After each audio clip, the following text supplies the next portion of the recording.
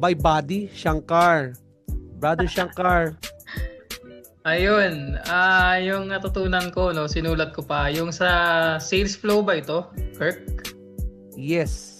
Ayun, yes. So tumatak sa isip ko kanina, we should go first, diba, after the leads. We have to focus on discovery. Kasi kalamitan sa atin, nagdidiretso ng proposal. Ngayon, how can we identify the challenges our client is facing? Diba? Because if we learn all their challenges through discovery, then we would know what our clients really need.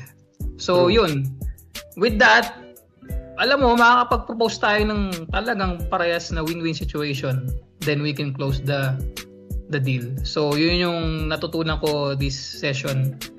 Tumatak sa akin yung lesson na yun kanina. Perfect. Thank you so much for that, Buddy Shankar.